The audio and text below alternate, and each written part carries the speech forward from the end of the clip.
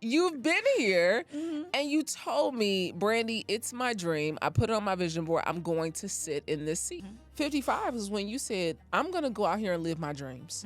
I'm always in control, and there's never a safe space for me to just be feminine. It's like men always say, I want peace, but then you raise hell. But there's a possibility that the love that you're looking for is not in the city of Atlanta. No is important because, yes, it's too expensive. So I learned to put boundaries on my life. And like I said, I don't know what God is doing in me and through me, but it's going to be something major. I don't know what it is, but I just feel it.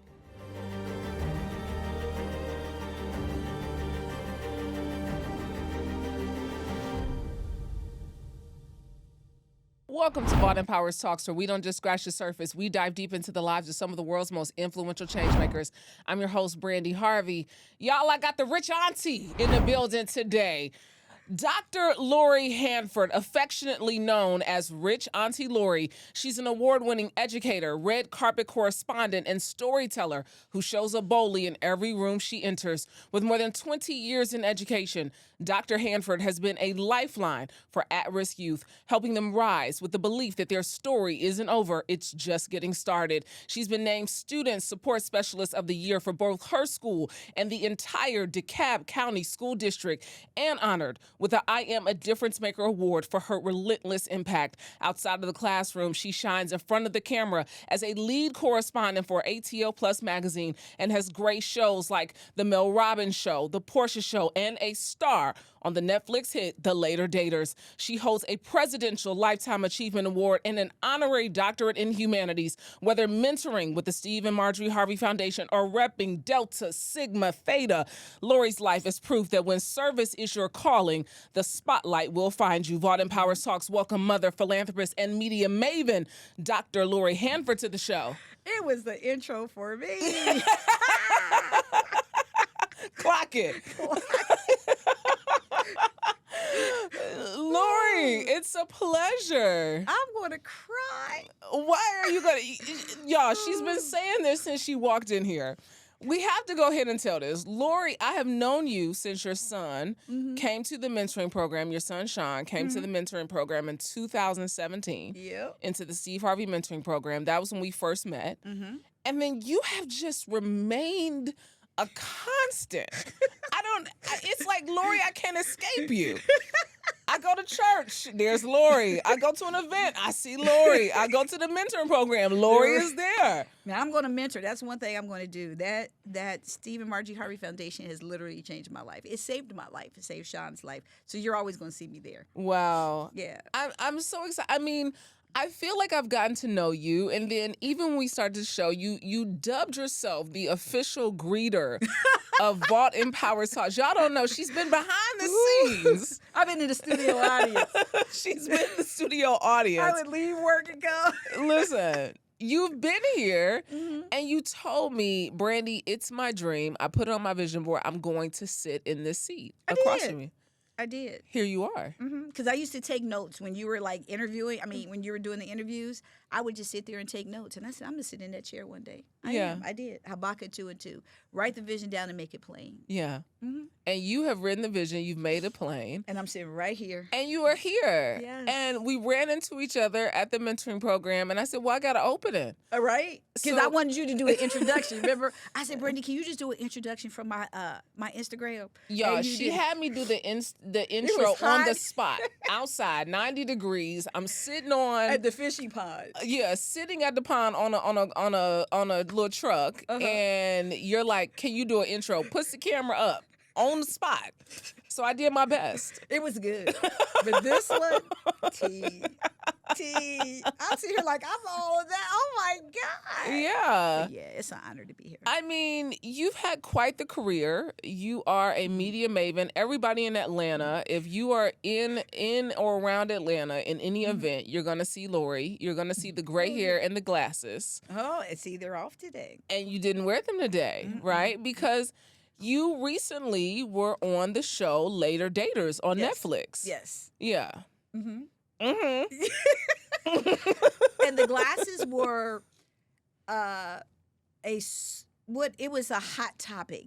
Girl, I got dragged on TikTok and stuff about the glasses. I really can't even believe that. Yes. But maybe because it's been such a signature look for you since I've known you. And I can't see. And so that's what people don't understand. Like, and then the glasses were expensive, so I'm going to wear them. Yeah. And I like them. But I want to do something different. You know, Rich Auntie Lori is cool, but I'm still Lori. You know what I mean? And Latera said something that was very powerful for me when I did the Dear Future Wifey.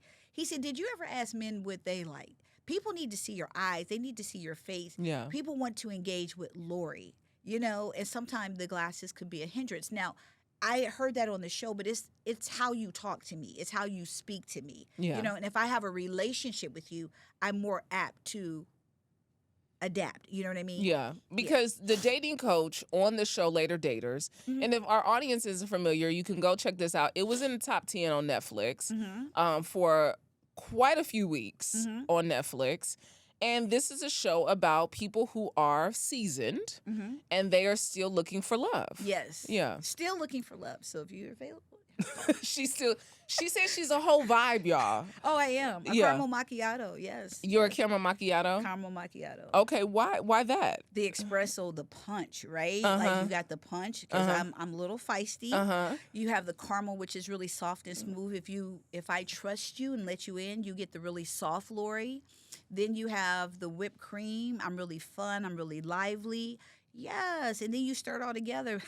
You get Lori. It's a vibe. She's a vibe. She's a vibe. I mean, let's talk about the Later Daters because when we watched the show, which I told you, I remember when you sent it to me and said, hey, I got this show that's coming out. I want you to watch it. And it took me a few weeks to let me finally sit down and watch the show and just binge it. And when I sat down and watched it, I really enjoyed it. And then I knew people on it because I knew Miss Anise because I was friends with her daughter. Oh, yeah, okay. I was friends with Duana. Yeah. Yeah. So when I saw you, and I'm like, they go to church together, y'all? And I never seen Denise before. I mean, I never knew that was her. We went to church every day. We never knew that we were filming. And I thought that you all knew each other from New Birth. No, and then actually I was going to put Jamal in it. Jamal was going to actually be in it. And he didn't need to be. No, right. No, he was going to be a part of it. And then it's like the timing was always off, right? Okay. So I was like, but then Jamal was going to take the show, right? So what happened is they took things from the red carpet and inserted him in when I did the red carpet. Yeah. So what did that show teach you? Because, I mean, we looked at so many different facets of women and men who are still looking for love. But you caught a lot of backlash because people thought you were being a little too picky. Some comments were like, you're a little too masculine. I get that all the time. Yeah. And yes, a lot of people say I'm masculine because I'm like, and this is what I was telling the dating coach. I have to be in control of everything. I was a mom raising my kids. I was doing that, so I got to control that. Then I'm a behavior coach, right? My specialty is at-risk young boys, black boys in crisis. That's what I'm specialized in. So I got to be in control of that. Then when I go to a red carpet, you know how celebrities are, not all of them, some of them, I have to manage a carpet. I'm always in control, and there's never a safe space for me to just be feminine. If you want me to be feminine, give me, it's like men always say, I want peace, but then you raise hell. Yeah. I can't be peace in a hell. You see what I'm saying? Yeah. I don't know where my sayings be coming from, but give me a soft space, and I never have time to have that soft space. So yeah, I did get all the masculine comments, but I think once you get to know me, I'm really not that way. I have to learn how to let go of control. Yeah. I mean, I noticed it, and I think I was able to watch it with a different vantage point and lens only because I knew that you were a single mother. I knew that you'd experienced some, really deep heartbreak and loss and grieving in relationship. And so I knew that you were walking into that with that's a part of the story. Yes. Right? So I was able to see that. But even when I talked to a friend recently and said you were coming on the show, and she was like, she was very masculine on the show. I was like, really? Wow. And I was like, I said, I think she probably came across masculine because she's never had the opportunity to be soft. Thank you. And so then when I go and I'm prepping for you and I'm watching you on La Terrace, and then I'm like, that was it. Like she's never had the reason. No one's ever given you the permission Thank you. to let your guard down. You got it. And thank you. Thank you for defending me. Because like I said, that show, even men, like when they have that liquid courage, they be like, yo, you just be knocking them men down. You just be doing that. Why is it because I speak my truth? You know what I mean? That I have to be masculine. I am very a type A personality. I'm very matter of fact. I'm very in your face type of person. You know what I mean? Because I think for so long, I was the shy little girl. I was the bullied little girl. And now this little 10-year-old version of me, nobody's ever going to mess with me or play with me again. So I'm still trying to heal that 10-year-old little girl and let her know that she's saved. Everybody's not coming for you. You know what I mean? Yeah. And I think so many times people don't heal the childhood trauma, and it shows up in different ways. I mean, you talked about the liquid courage because you said that's a red flag for you as men who drink, and they have, if they're drinking alcohol excessively because you had an alcoholic father and you grew up with that. But one of the things that I learned about you, it was so many things I feel like that layer into how you probably are showing up in this season of your life. Yes. Mother died at 11. Yep.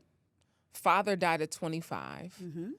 And then you were dealing with molestation from a woman. All of this is happening at 10, 11, 12. 25. Yeah. And then you have to think all of my aunts and uncles on both sides are deceased. So there's no family, right? So I don't have a grandmother or grandfather. I don't have aunts and uncles. They're all deceased. My mom, my dad. You know what I mean? So that's a lot to uncover, so I bury a lot of it. And that was the first time on Latera's podcast that I ever talked about being molested by a woman. Because back then, I didn't know that was molestation. You know what I mean? Who am I telling? I mean, I didn't know. So, so there's so many different layers. So masculine, if that's how you feel, I'll take it. Because I know who I am. Yeah. But I'm working on softening up Lori because I want to show up as a different person. They always say if something's not working for you, you can't just be like, that's how I am. Yeah. No. If there's room for improvement, then I'm going to improve. Yeah. So, yeah. But you said the trick at this age is that most people are stuck in their ways. Yes, yeah. They're stuck in their ways. Yeah. And I don't want to be stuck.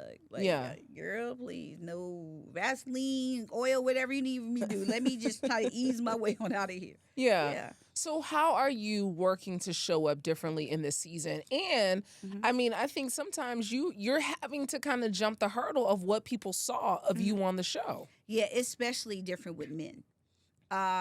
One, therapy. I go to therapy and I have a really good trauma therapist. Oh, that's so good. Yeah. Like she is bad. Oh my God. Cause she be like, you're just wrong. How's that working for you, Lori? My little feelings be hurt. She really does. Worth it though. So that's my investment. You know how people go buy purses and all that other stuff? Mine's just trying to heal myself. Another thing is a lot of men always say, Lori, I got some friends, but they just like, you be outside too much. I'm working. Yeah. It ain't like I'm at a hookah bar. You know what I mean? It ain't like I'm at a club. I am literally working, or you know too many people, or you post too many men. It's the business that I'm in. So like on the show, I qualified. Are you okay being around a lot of people? I don't consider myself a celebrity, but I guess everybody else does. Because, Lori, you're a celebrity. No. You said you be getting stopped in the airport, no, everywhere. I was at Goodwill yesterday, and I get stopped. I bought a T-shirt from Goodwill and says, you don't know me. I'm going to wear it every day. They were like, oh, I went to go. Sean got in a hit-and-run accident, right? I had to go get the records thing. I'm at the police department. Oh my God, it's you. I'm just trying to get a records. Can I take a picture? Oh my God, did you end up with Felton? So it's like everywhere I go, and I don't see myself like that, Yeah. So that's a problem for a lot of men. So I need to find somebody. If I was a man, I would definitely date me because I would be in those rooms. I would be networking my business. Yeah. You know what I mean? Doing everything. But it's, like Latera said, it's going to take a pretty confident man to go in the spaces that for sure, because you have a lot of male friends. Now, y'all. Don't you dare. Y'all. Don't you dare. Lori stayed with a fine best friend, okay? She had the mentoring camp. I said, well, who was that? She said, oh, that's my best friend. I said, that's your best friend. your best male friend look like that. You ain't never. She said, never, Brandi. I've never. And I said, I love that for you. That wouldn't have been my story. But go ahead. Because he's one of my closest friends. And you know what? I like the fact, and that's why I say I could cut and paste him. He studies me. Like, we were having a conversation, me, him, and Sean. And he was like, what people don't know about your mom is once she feels safe, she opens up. Yeah. And a lot of men don't know that about me. Yeah. He was like, and she's one of the sweetest people you will ever know. She would do anything for you. Because, see, he looked past all of that hard stuff. You know what I mean? Yeah. And he sees Lori, but I have to be safe around you, especially where I am now. I don't know if you like me because of my connection. Can you introduce me to Jamal? Can you tell Mr. Harvey I want to come to the camp? Or, it's like I get a lot of that. And once you start asking me about people, you don't want me for me. Yeah. You want me for the people that I'm connected to or the spaces that I'm in. I mean, let's talk about, some of these spaces that you are in and how that's going to help you kind of accelerate this look for love in your life. Mm-hmm. Because one of the things that you've been very vocal about is talking about you want to find love. You want to be the answer prayer. You forgot this. Yeah. Yes. You forgot that part. What is that? You remember, I prayed for you. You remember I did that? So you want all that. Answer. Yeah, I do want to be an answer to a man's prayer. Yes. An answer to a man's prayer. Yeah. And so how are you working to be the answer to a man's prayer? What prayer do you want to answer? And that's why Latera said, if you want to know what a man's thinking, ask the man. Yeah. So I asked, my guy friends, so what is this? What is that? You know what I mean? How do I show up? The main thing that men said are the glasses. Lori, you have pretty eyes. We can't see them, Most men have said they don't want to date you because of the glasses? No. They're saying that I'm asking them how can I improve? I'm asking my friends. Show up dating. better. Yeah. You know what, Lori, show your face more. I want to get to know your face. Men want to do it. Then one of my guys, I do have a lot of guy friends. Mm-hmm. Y'all peep really this. You have a lot of guy friends. I do. Yeah. I do. I'm not judging you, Lori, because I have a lot. But I want to get out the friend zone. You know what I mean? But I don't know if there's any of them that I want to date. But I love the fact that they pour into me. So I want to show up. I want to show up softer. I'm trying to work on my feminine side. You know what I mean? But then it's are you taking some sort of classes? You have some sort of coach? Are you doing things that improve being more seductive? What are you working on? Well, see, I wore this today. Okay. More seductive. Okay. I love that. love that. It's giving a little peekaboo. See, look like it's a little. And now, see, I have great legs, but I didn't know if I could come in here in shorts. So you could wear whatever you want in here. Because I could have showed the legs. But I wanted. And shout out to Stacey J. I need to get with Stacey J for real. But I want to learn how to be a little. I've never seen it before. Yeah. You know what I mean? I'd never seen it because you remember I didn't have the mom and, it was all of that. So I want to learn how to walk in my feminine way. You know what I mean? Yeah. And just be more kind. And one thing that we talked about on the show that didn't get to the show is I'm neurodivergent. So you've written a whole book, Finding Love, Finding Me, A Neurovergent's Journey to Finding Love. Yeah, so I have ADHD. So I might interrupt you. I might overtalk you. You see what I'm saying? My dopamine level gets low, so you might think I'm combative. Men say, Lori, you're combative. No, I'm passionate. Why do I have to be combative? Why can I just not be passionate about what I'm talking about? I'm highly intelligent. Yeah. That's what people understand. So if you're going to talk about global affairs, I'm here with you. If you want to talk about this, I can go to the Mayor's Ball with Andre Dickens, or I can go to the mentoring camp. Either way, I'm going to be able to relate on all levels. So I need someone who can navigate those spaces with me and understand how my brain is wired. I might be looking at you, but then I have a squirrel brain and I'm over here looking at Hannah. I'm doing this, but I heard everything that you said. Yeah. And so I'm working on those things. This diagnosis of being neurodivergent, it came later in life, correct? Yeah. Yes. Because I was like, something is wrong with me. It was the combativeness. It's and now that I started getting more into ADHD, it's a dopamine thing. You know what I mean? I need the rush. So if I'm over talking people, and I was always talking too much. Now I get paid to talk. Remember, I was talking about that. Yeah, because it was my brain is processing. And then this is what I love about my job. I wish I had me at school when I was coming up. When my babies question anything, like say, go sit down. Well, why do I have to sit down? What am I doing? That's not a sign of disrespect. It's a sign of my brain is processing. Yeah. Why is that best for me? Yeah. And so when people look at as combativeness, I'm looking as processing. Yeah. You know, I need to know why. So when you think back over your marriage, because you were divorced. So go ahead. Well, nobody's ever done that to me. Go ahead. When you look back at your marriage, because you all went through a pretty tough divorce. Mm-hmm. Tumultuous. Mm-hmm. I was gonna use the word tumultuous, but I didn't know if that was we can where say that word. That's we a can good say word. that. Yes. It was a very tumultuous divorce. Yes. Mm-hmm. And so when you look back, was that neurodivergent behavior showing up in the Yes. marriage, and you were unaware? I was unaware. Mm-hmm. Yes. So sometimes we can blame people, then you have to go back and do insight. Yeah. You know what I mean? Yeah. So it's like, wow, I would, and I'm going to say this part because I normally don't talk. I don't give people energy.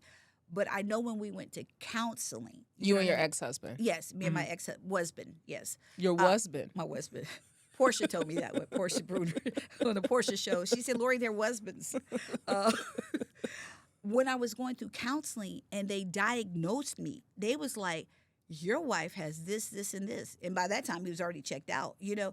And it's like, but why would you leave somebody because their brain is different? You see what I'm saying? Yeah. That's just like if you have cancer or if you have leukemia, do you leave people when they're broken? You see what I'm Well, saying? the studies are showing, and a lot of research is coming out about the fact that a lot of men leave women when they become ill or sick or say they've been diagnosed with cancer.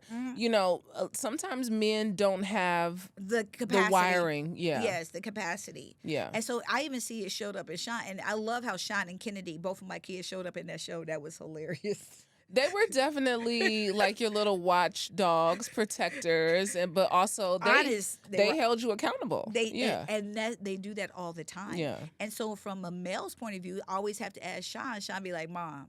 And then he'll say, hey, Lori. You know what I mean? Or my daughter be like, stop. Okay, let's stop. Or you know what I mean? Boundaries. So they really hold me accountable. When my brain is over processing, they'll take me back to where I need to go. So when you look at right now in the space that you're in, how are you able to manage love on the spectrum? It hasn't been working. It hasn't been working. This is really, I'm going to just put this out there. Like me, I'm hyper-focused, right? I can only really deal with one person at a time. But if you start ghosting, and if you're like, we're talking every day and my dopamine is up and you missed 2 or 3 days, I forgot that you ever existed.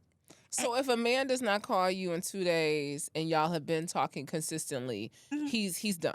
No, he's not done. Okay. Because see, life happens. Yeah. Girl, I got 592 text messages. I might not even respond to you. Like, you know what I mean? Yeah. But it's just like, you know, my brain, since I'm hyper focused, if I haven't talked to you in a couple of days, you probably went down my little priority list. Okay. And then if you call me, I'll probably be like, who's this? I mean, you know what I mean? Because my brain has processed out. So no, I mean, and I think that's what we were talking about. Everything, people have life going on. When you meet somebody, they're not going to stop their whole life for you. Yeah. I can't stop my whole life from you. Hey, what are you doing? I'm on a carpet. Hey, what are you doing? I'm interviewing with Brandi. I mean, my life is like really everywhere, but I'll prioritize who I need to prioritize. Yeah. How are you prioritizing you in this season? Because I watched you when you were on the Mel Robbins episode, which was like 5 years ago, season 1 of Mel Robbins, right? Pre-podcast. This was like talk show Mel Robbins.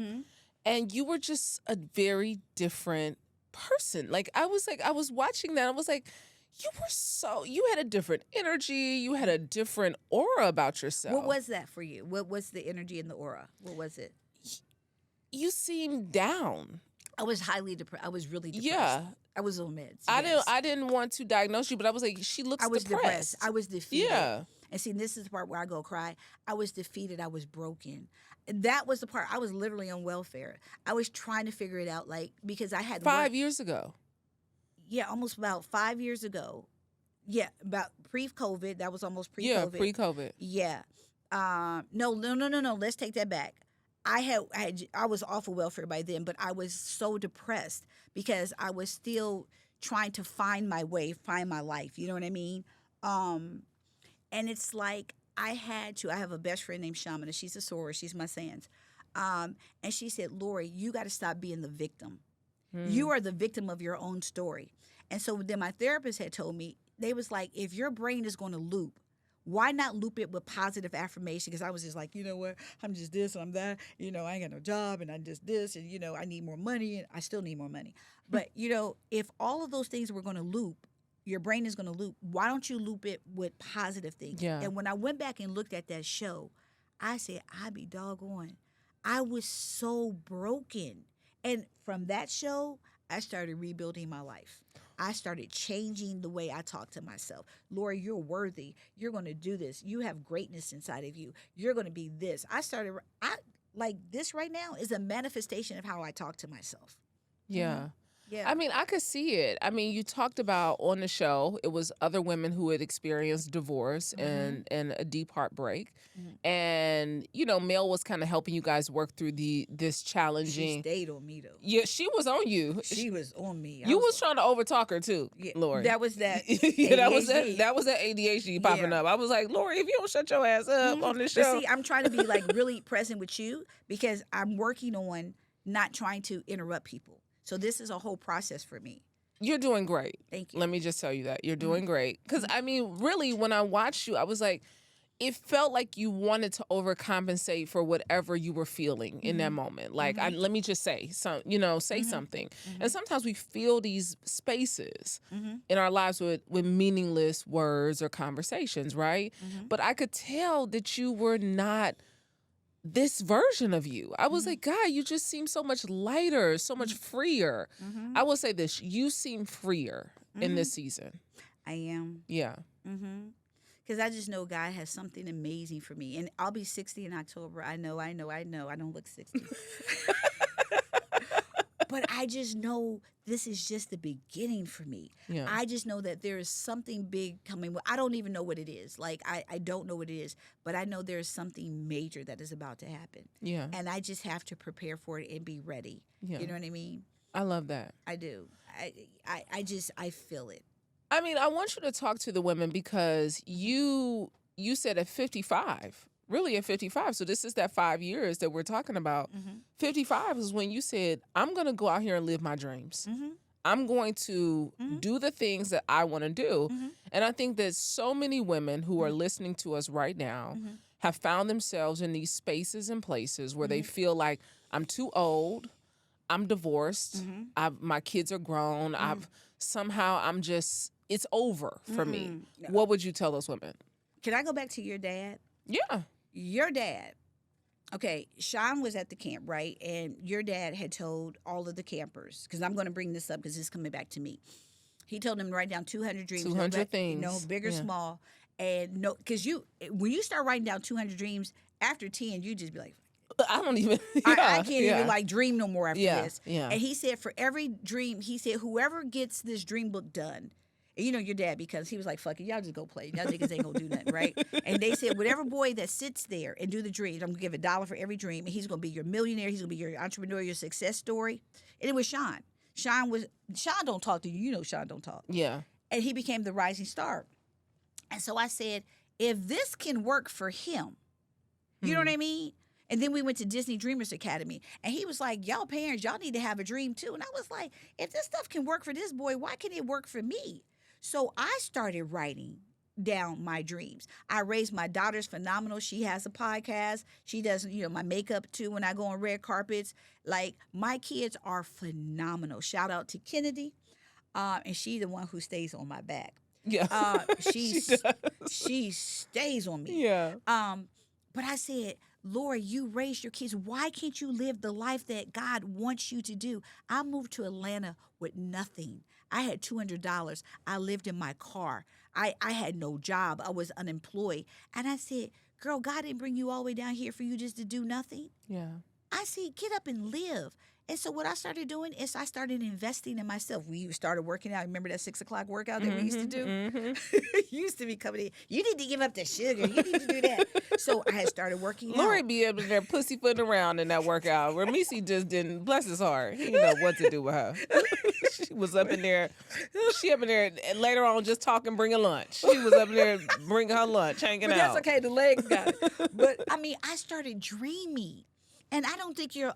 And because I be scared to talk to Mr. Harvey. I swear, I see him every day. I just be like, hey.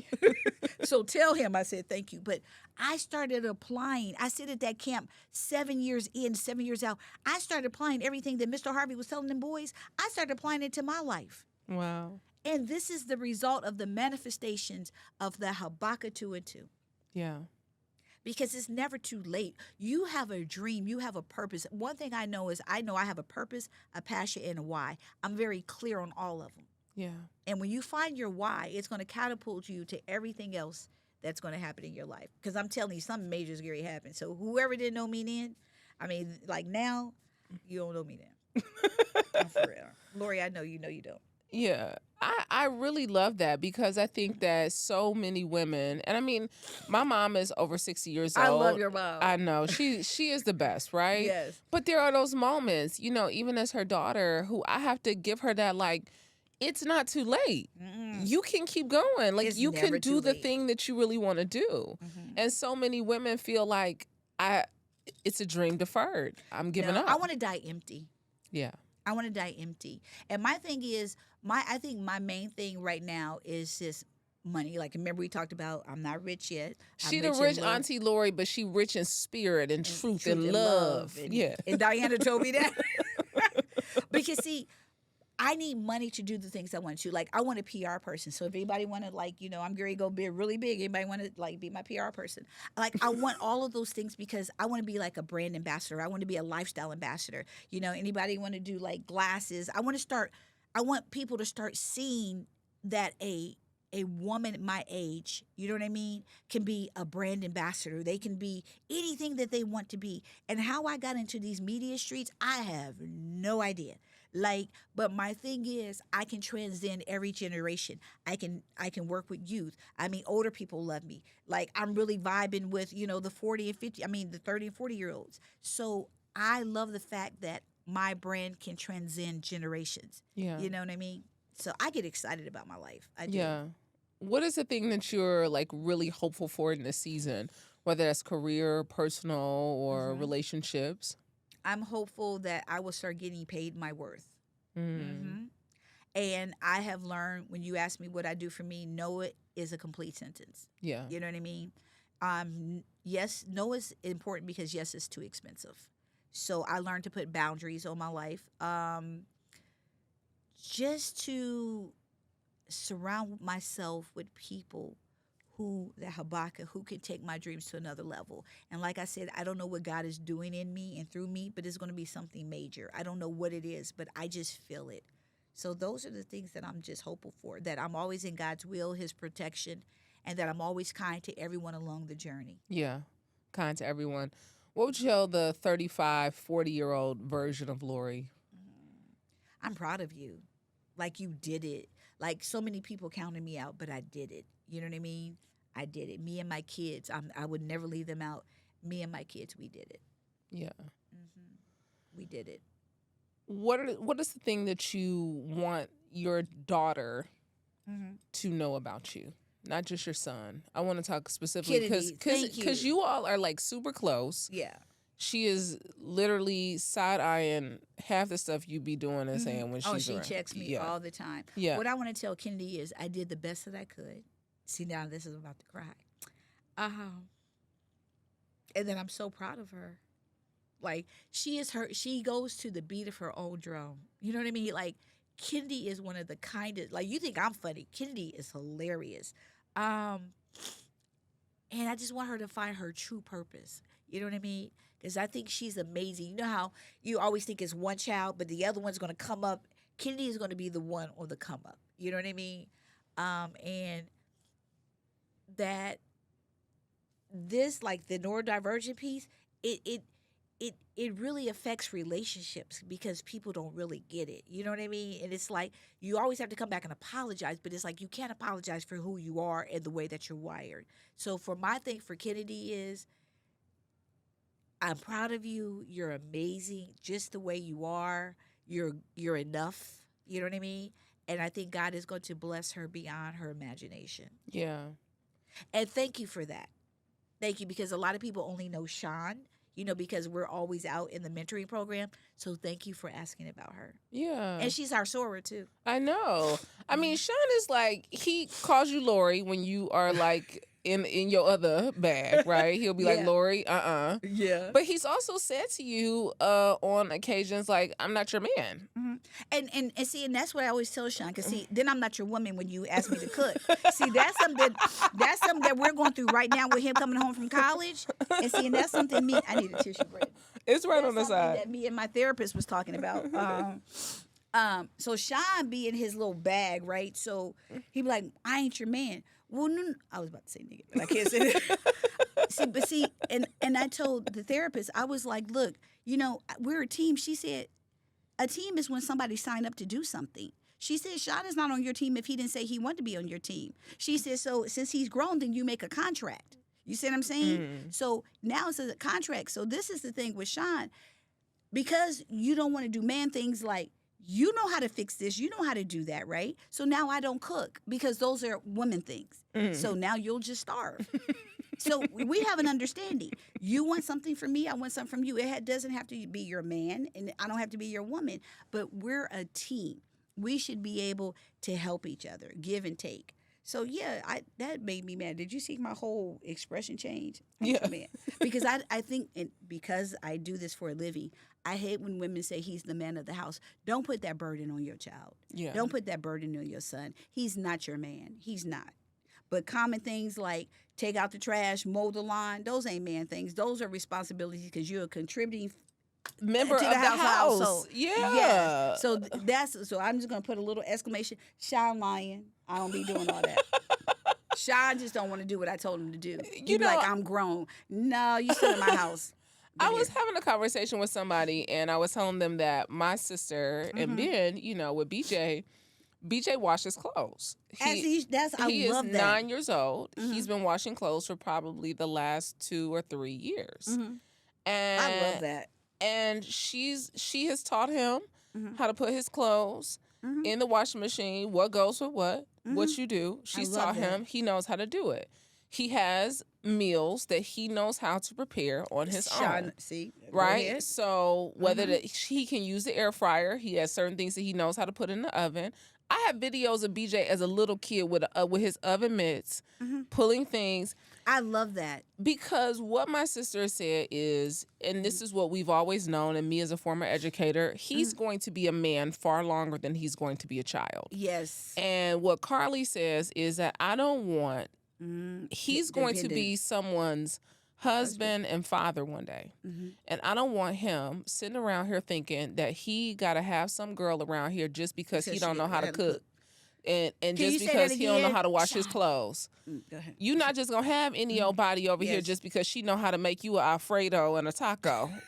You know what I'm saying? You ain't just going to have some collard greens or something. You know what I'm saying? Or because she folded your laundry up. She did your laundry. No. You are a self-sufficient man. You are going to know how to be self-sufficient because you are a contributing member of this household. Yes. And people are shocked to know Yeah. that BJ is a 9-year-old and he knows how to wash his clothes. I love that. And yes. Because when I went to college, and I want to do something real quick.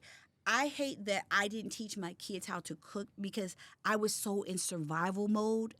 I was so overwhelmed. And that's one thing that I regret because I'm a great cooker. Like, people don't know I can throw down. I just don't like to eat. But it's just, I hate that I missed that step because I was so overwhelmed. I was going through the divorce. I didn't take that time. You know what I mean? Now, they know how to clean, wash the clothes, but the cooking piece, I think I overstepped. Now, I told Sean now at home, while you're home from college, you can learn how to cook. If you don't learn how to cook, then you don't eat. So I mean, in this season, YouTube, Food Network. My whole point.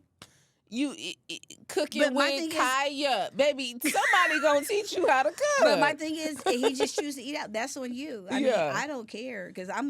Because let me say this: I went out with a man recently, 53 years old, and he said he don't cook. I said, oh well, baby. In my mind, I didn't even have to say this on the date, Lord. In my mind, I said, oh well, nigga, I'm not a maid or a nurse chef. or a person. I'm not a nurse or a person. Listen.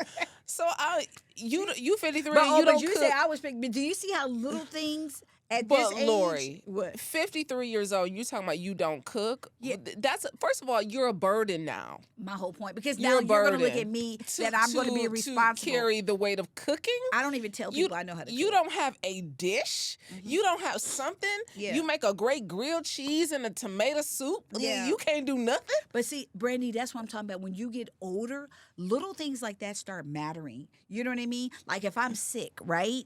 I don't eat out a lot. I mean, I don't do fried foods and all that other stuff. So my thing is, they always say, what are you bringing to the table? What are you bringing? Like, okay, I make my own money. So at this point, what else can you do to enhance my life? We have to enjoy each other at this point, right? So at these big ages, you know who you are. Yeah. Even as a woman over 40, you know who you are. You know what you want. You know the direction of your life, right? And so we got to enjoy each other. But part of the enjoyment is I'm not signing up to be your maid and your cook every day. And you, oh yeah, I don't cook. Anybody who tell me they don't cook at this big age, oh baby, we not 25. You don't know how to cook nothing. You'll never rattle your pots, baby. You said rattle your pots. If you don't never rattle your pots, don't think Brandi about to come over there and do it. And I cook every day.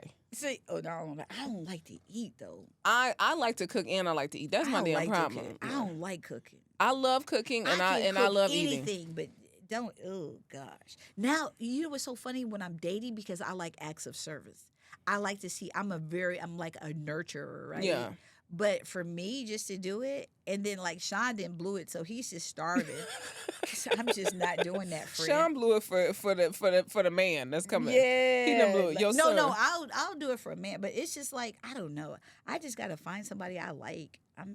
You gotta find somebody you like. I mean, I think that there is someone for everyone. I mean, but you were also you're not gonna move. You said you're not moving. You know what? Because Atlanta's a vibe, though. Atlanta's a vibe. It's so Lori. sexy. Atlanta's so sexy. What makes Atlanta so sexy for you? Because I live in the woods, right? Yeah. So it's so peaceful and quiet. Like my doorbell ring doorbell call, and it'd be like deer be like, "Hey, Lori, what's up?" You know. Yeah. But then I can go into the city if I want to. I built my career here. I worked too hard to build my career. Yeah. And I just don't. And then with the ADHD, we don't like a lot of change. I don't like unpredictability. So, but your person might not be in the city of they Atlanta. can move here, He has to be able to move, or you can live there. I can live here. We good, and we can just see each other. Yeah, like you know what I mean. Like it's a whole movement. It's called the lap movement, living apart but together. Living apart together. We might be able to do that too. The lap movement. I just don't want to move because see, once again, it goes back to my childhood, right? I didn't have a mom and them. I don't want to leave Kennedy and Sean. You see, I mean, even though they're grown, but it's the three of us. It's just us three. Yeah. Like no, you know what I mean? Like there's no aunties, no uncles, no you know what I mean? It's just us three. I would just hate to like leave them because I know the abandonment with not having a mom or anything around. You know? But they still have you. I know, but that's something I would have to work through. Like, I'm not here. What happens if I get a phone call and I'm not here? Who else are they going to call? I can't get here.